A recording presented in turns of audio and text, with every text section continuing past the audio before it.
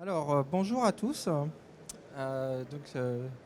Moi, c'est François Le Floch et je vais vous parler aujourd'hui du parcours de soins territorial avec un exemple de retour d'expérience dans le domaine de l'oncologie sur un projet sur lequel on a travaillé à Toulouse. Tout ça, c'est dans le cadre de Healthshare, de la solution intersystème qui s'appelle Healthshare. Voilà, alors qu'est-ce que c'est Healthshare? D'abord, ça s'adresse à qui? Ça s'adresse aux professionnels de santé, mais pas seulement à l'hôpital, aussi les gens qui travaillent dans les laboratoires, les pharmaciens et les médecins de ville. Et qu'est-ce que tous ces professionnels de santé ont en commun? C'est que souvent, euh, ils travaillent sur les mêmes patients, mais qui n'ont pas accès aux données que les autres ont saisies dans leurs établissements respectifs.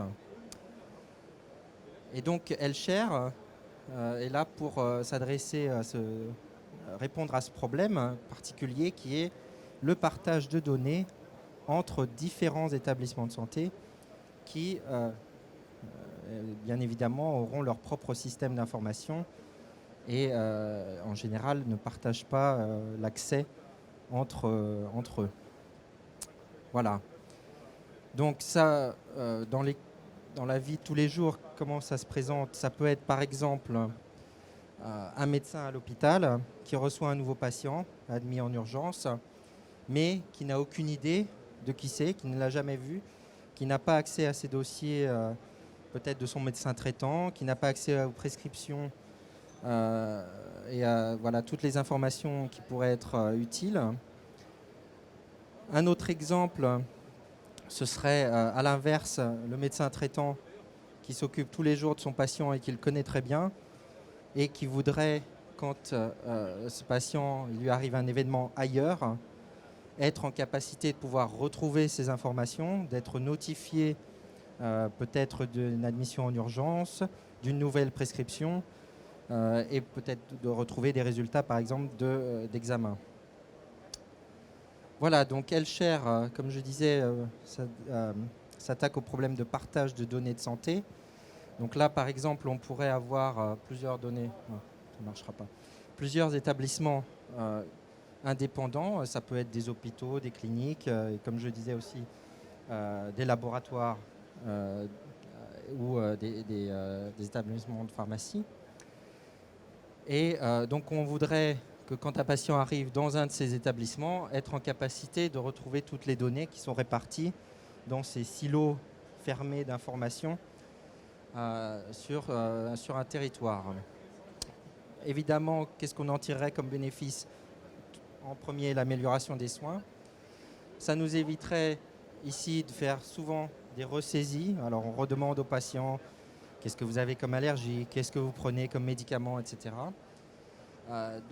Et peut-être qu'on va refaire des examens, refaire une prise de sang et puis attendre qu'encore une heure que les résultats arrivent avant de pouvoir faire quelque chose avec ce patient. Donc éviter les examens redondants et les ressaisies. Donc une meilleure gestion à la fin dans chaque établissement de l'utilisation du temps et des ressources et peut-être même au niveau donc, du territoire, la mise en commun de ces ressources et une meilleure coordination des soins pour le patient. Comment on fait ça? Comment on résout ce problème? Il y a en gros le plus souvent deux façons de résoudre ce problème. Le premier, c'est de dire on va remplacer tout ça par un seul système unique et puis toutes les données vont se retrouver là et il n'y aura plus de problème. C'est très bien, c'est le plus simple, enfin c'est ce qui paraît le plus simple, mais en fait c'est un processus très long, très compliqué. C'est une transition assez brutale dans le sens où tous les professionnels qui utilisaient des outils différents devraient du jour au lendemain utiliser un nouveau logiciel. Ça peut être un de ceux qu'ils utilisaient déjà, mais en général ça va être un peu de tous et ils vont se retrouver à perturber ou les processus métiers vont être changés pour s'uniformiser. Il n'y aura pas de retour en arrière parce qu'une fois qu'on a fait ça, les logiciels qui existaient avant, ils ne sont plus à jour. Il n'y a plus de données qui sont mises à jour. Donc une fois qu'on a fait ça, si on se rend compte qu'il y a des problèmes, faut aller de l'avant. Et donc voilà, on se heurte à tous ces problèmes et on a tous les obstacles donc, qui sont derrière, des obstacles techniques, parce qu'on va avoir des établissements qui n'utilisent pas les mêmes systèmes de codification, pas les mêmes processus de saisie, etc. Des obstacles pratiques, parce qu'il va falloir coordonner tout ça d'un seul coup sur tous ces établissements. Tout le monde, le même jour, va devoir passer à autre chose. Pardon. Et politique, alors je dis politique au sens large, on parle de politique d'établissement par exemple, des politiques d'accès aux données, de partage de données, de qu'est-ce que le patient a le droit de recevoir, quand est-ce qu'il est informé. Tout ça va devoir s'uniformiser et c'est encore un obstacle au changement. Donc voilà, c'est une façon de faire et évidemment, ce dont je vais vous parler, c'est de la deuxième façon qui est d'utiliser L-Share. L-Share, qu'est-ce que c'est ? C'est au lieu de remplacer tous ces établissements par un seul DPI, c'est de créer au milieu un dossier unifié partagé. L'avantage d'utiliser L-Share ici, c'est que c'est un processus qui ne va pas complètement changer toutes les habitudes. En fait, chaque utilisateur, chaque professionnel de santé va garder ses outils avec lesquels il est habitué à travailler. Les établissements vont garder une grande indépendance en termes de processus de saisie des actes médicaux, en termes de politique et de pratique au jour le jour. Ça peut toujours servir de tremplin au passage à un système unique. Ça peut être une solution qui permet d'approcher les problèmes du passage à un système unique. Et en fait, tout ça, ça va permettre une mise en place qui est progressiste dans le sens où on peut choisir de partager d'abord peut-être que les comptes rendus, que les rendez-vous, et passer comme ça petit à petit à un dossier unifié qui va tout prendre en compte. On peut choisir 2 établissements pilotes, commencer juste par partager les données pour ces établissements-là, et ensuite rajouter les autres. Donc en fait, on a un processus plus apaisé qu'un changement brutal dont je parlais. Et donc ça, pour nous, ça matérialise le parcours de soins parce que vraiment, on retrouve les actions individuelles et on gère ces actions individuelles au niveau de la plateforme L-Share comme vraiment un parcours de soins pour les patients. Donc, comment ça se passe pour les utilisateurs ? Évidemment, si au départ, ils avaient accès à des données dans plusieurs des établissements, chaque établissement avait son application, mobile dans ce cas-là par exemple. Chaque établissement derrière avait sa base de données. Et donc avec L-Share, l'idée c'est d'avoir au centre une seule plateforme pour que les utilisateurs puissent retrouver toutes les données de partout. Voilà. Et donc pour les professionnels de santé, pas besoin de se connecter 10 fois sur 10 plateformes différentes. On a une seule plateforme unifiée, un seul endroit où trouver toutes nos informations pour les patients et l'utilisateur peut se concentrer sur le soin, qui est quand même ce qu'il préfère faire, c'est son métier, pas la saisie de données. Voilà. Alors, juste pour parler un peu plus en détail de L-Share. L-Share, c'est une famille de solutions, donc là présentées en bleu, qui sont bâties sur notre plateforme technique Iris, avec Iris for Health, qui contient tous les outils techniques orientés santé.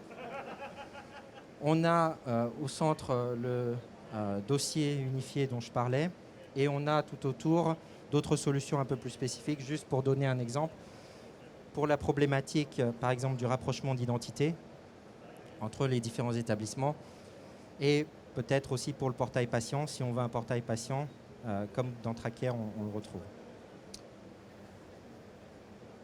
Voilà. Donc, juste pour passer rapidement aussi sur toutes les fonctionnalités de L-Share, on retrouve tous les atouts d'Iris for Health que vous connaissez sûrement déjà. Donc, la performance et une scalabilité qui est notre image de marque. Tous les outils de sécurité, les connecteurs techniques avec tous les standards internationaux et nationaux avec lesquels on travaille, tous les outils de productivité, d'analyse, etc., qui sont avec Aeris. Et tout ça, c'est avec toute notre expérience. On le dit, je trouve qu'on le dit rarement, mais on est quand même un des seuls éditeurs qui peuvent se vanter d'avoir plus de 40 ans d'expérience en santé. Pas 5, pas 10, plus de 40 ans. Et ça, c'est rare.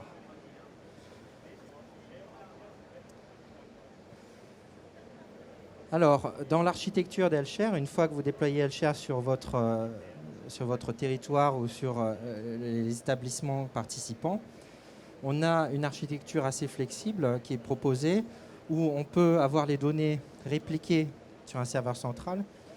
Principal avantage, performance, et puis l'accès en mode dégradé si ces établissements pouvaient se retrouver inaccessibles. Mais si c'est une politique d'établissement par exemple ou pour une autre raison de gouvernance de données, on peut avoir aussi les données qui restent sur chaque établissement et Helshare qui va, à chaque fois qu'il y a une requête pour un dossier patient, dans chaque établissement retrouver les données correspondantes. Donc on a une architecture extrêmement flexible par rapport aux problématiques des réseaux de soins. Un dossier complet, ça je ne passerai pas sur le détail, c'est quelque chose qu'on peut retrouver, dont on peut discuter. Une gestion des utilisateurs assez fine avec toutes les normes de sécurité qui sont testées régulièrement. Un profilage des utilisateurs, ce qui permet des accès différenciés aux données, évidemment, et bon, d'autres gestions utilisateurs plus spécifiques.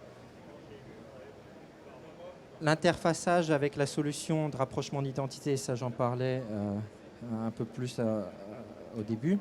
Les cohortes de patients qui permet de faire des listes manuelles ou dynamiques pour des usages très variés, que ce soit administratifs, médicaux, peut-être pour de la recherche. Le portail professionnel qui vient avec, donc qu'est-ce que c'est que le portail professionnel? Une fois qu'on a regroupé toutes ces données, c'est l'opportunité pour le professionnel de santé d'avoir cette vue à 360 degrés du dossier du patient. Et voilà à quoi ça ressemble. On peut vous faire une démonstration si vous voulez, mais l'idée, c'est donc de retrouver de manière organisée tout le dossier du patient dans des types d'informations, donc tous les diagnostics en même temps, toutes les allergies en même temps, tous les documents en même temps, présentés comme si c'était un système unique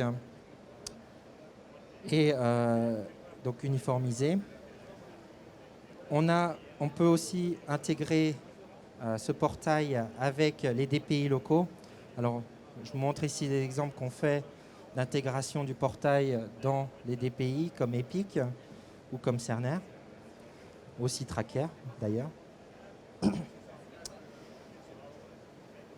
Et aussi, on a donc tout derrière la gestion des accès dont je parlais avec un moteur de règles spécifique qu'on peut très finement régler pour savoir qui a accès à quelles données, quel établissement partage différemment ces données d'un autre. Par exemple, si vous avez un établissement, une unité psychiatrique, il va avoir des règles de partage qui ne sont pas les mêmes.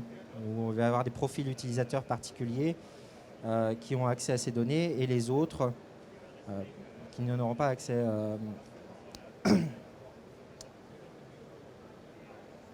Le moteur de terminologie, très important, une problématique aussi spécifique à Helshare, où tous les systèmes de vos établissements, s'ils utilisent des terminologies différentes, ça peut être juste SIM9, SIM10, ça peut aller plus loin. Avec Helshare, on peut avoir ces alignements de référentiels faits dynamiquement pour que justement dans votre portail professionnel, on voit tout comme si c'était un seul système de saisie avec une seule terminologie choisie et qui pourrait être différente selon l'utilisateur. Si l'utilisateur est habitué à utiliser SIM10, par exemple, voir tous les diagnostics en SIM10. Je termine, c'est le dernier, j'en ai beaucoup. Par les systèmes de notification. Donc vous montrais l'exemple où le médecin traitant voudrait être notifié d'événements arrivant aux patients. Arrivant aux patients.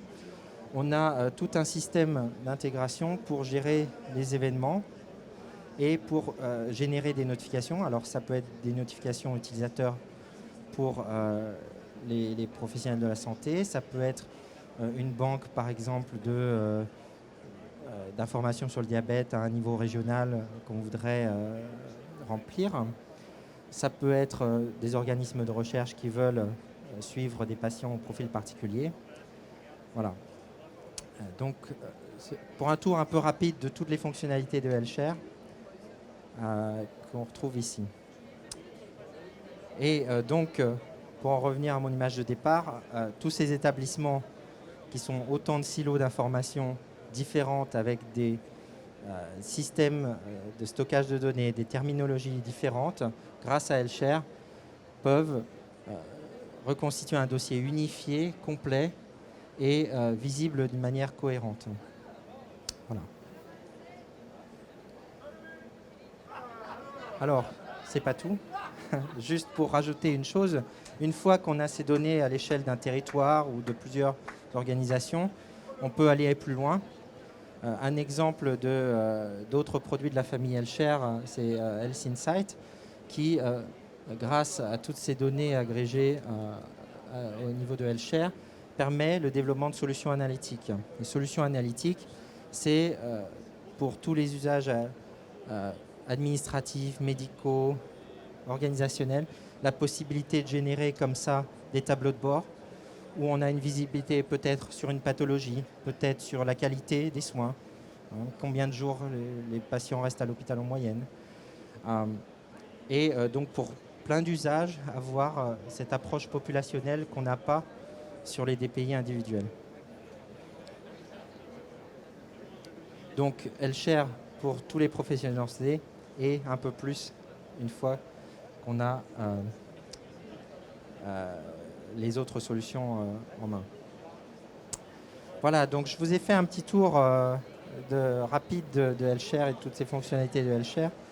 Avant de terminer, je voulais juste aussi parler d'un retour d'expérience et donc dans ce cas-là, vous présenter l'IUCT, notre projet à l'Institut universitaire du cancer à Toulouse, pour lequel on a mis en place Healthshare avec comme enjeu le partage de données entre l'Institut universitaire du cancer et le CHU de Toulouse, donc dans le cadre de l'oncologie. Le contexte administratif, c'était ces deux systèmes, ces deux établissements différents, avec en commun le GCS, mais un site complètement divisé administrativement. Alors, selon les services, selon le type d'organisation qui a été constitué, des périmètres un peu compliqués à comprendre. Et protéiforme, c'est les mots du DSI du UCT. Donc un contexte administratif complexe. Le contexte informatique aussi était extrêmement complexe, puisqu'on a toutes ces applications qui sont différentes entre le CHU et l'IUCT. Alors, comment on est arrivé sur ce projet En 2016, l'IUCT a été à la recherche d'un DPI, mais pas seulement. Il cherchait aussi un portail d'échange avec le CHU et aussi les possibilités d'intégration forte. Et donc, nous, on est arrivé avec TrackCare et Healthshare. Et en fait, une des principales raisons pour lesquelles on a été choisi, c'est qu'on était un des seuls à pouvoir proposer un seul interlocuteur pour toutes ces problématiques. Donc le DPI, l'échange au niveau de la plateforme et l'intégration forte. Et donc à la fin, pour les utilisateurs, le système d'informatique hospitalier pour l'IUCT, la plateforme d'échange avec le portail d'échange entre l'IUCT et le CHU, et même un portail patient pour que les patients traités en oncologie puissent justement communiquer avec les personnels des deux établissements. Donc la mise en œuvre 2019-2020, alors j'aime bien montrer ce graphique parce qu'on voit que tout était prévu en 2020, ça c'était avant. Évidemment, les choses ont été un peu plus difficiles en 2020, mais quand même, on a été live en décembre 2020, ce qui est assez exceptionnel. Voilà. Et donc, aujourd'hui, quelques mois plus tard, on a à peu près une centaine d'utilisateurs, 260 000 patients dans le système d'échange et voilà, plus d'1 million de comptes rendus qui sont disponibles pour les professionnels de santé entre les établissements communs. Et on parle ici que des dossiers communs. Hein. Ce n'est pas tous les patients du CHUS, ce sont les patients qui sont traités en oncologie et qui ont des dossiers à l'IHCT. Voilà. J'ai d'autres exemples pour d'autres pays. Si vous êtes intéressé, je pourrais vous montrer aussi ce qu'on fait avec Healthshare dans l'Europe, dans le reste du monde. Des questions, s'il vous plaît? Oui. Alors, notre plus gros site, merci de le demander. Notre plus gros site, je l'ai sur un exemple, c'est un site aux États-Unis, dans l'État de New York, donc la ville de New York est sur le Long Island, qui s'appelle L6, où on traite des données pour à peu près 20 millions de patients. Voilà. C'est très intéressant parce que donc c'est un challenge vraiment technique important qui regroupe voilà, plus de 600 organisations, plus de 1500 établissements, des millions de notifications tous les mois, c'est-à-dire des notifications qui vont vers les médecins traitants, qui vont vers le personnel hospitalier. Alors, pour montrer un peu à quoi ça ressemble, c'est ça qu'ils voient L6 dans le portail Healthshare. Ils ont été plus loin. Je parlais des solutions d'analytique. Ils ont ce petit encart très intéressant qui fait vraiment de l'analyse de risque et qui, avec l'intelligence artificielle, dont Guillaume pourrait nous parler, permet de calculer des probabilités que le patient a le diabète. Donc ce patient, par exemple, a 32% de chance d'avoir un diabète. 47% d'être réadmis dans les 10 jours. Voilà, donc c'est pas grand-chose, hein, c'est une information très succincte, mais en fait c'est très important pour le médecin, c'est de l'aide à la décision et qui est possible justement parce qu'on a tellement de dossiers, tellement de données qu'on peut faire une analyse prédictive poussée. Voilà, merci. D'autres questions? Non. Merci.